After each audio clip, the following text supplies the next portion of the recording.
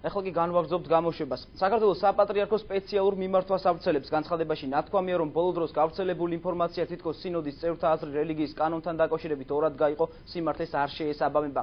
გიორგი ზვიადაძის განმარტებით სინოდმა ერთხმად დააფიქსირა თავისი პოზიცია აღნიშნულ კანონთან დაკავშირებით და ამ ეტაპზე ხელისუფლებასთან თანამშრომლობა არჩია, რათა კანონში დამცავი მექანიზმები შეიტანონ. საპატრიარქოში აცხადებენ, რომ ხელისუფლების წარმომადგენლებთან პირველი მოსამზადებელი შეხვედრა უკვე შედგა და იმედს გამოთქვამენ, რომ თანამშრომლობა შედეგიანი იქნება. ხელისუფლების წარმომადგენლებთან პირველი მოსამზადებელი შეხვედრა უკვე შედგა. ვიმედოვნებთ, მომდევნო შეხვედრებიც მალე გაიმართება და შედეგიანი იქნება. ჩვენის მხრივ საზოგადოებას დროულად ჩავაყენებთ საქმის კურსში მიმდინარე პროცესებთან დაკავშირებით. ასე რომ ჩვენი ეკლესიის პოზიციების დაცვა გრძელდება და ამას ყოველთვის გავაკეთებთ.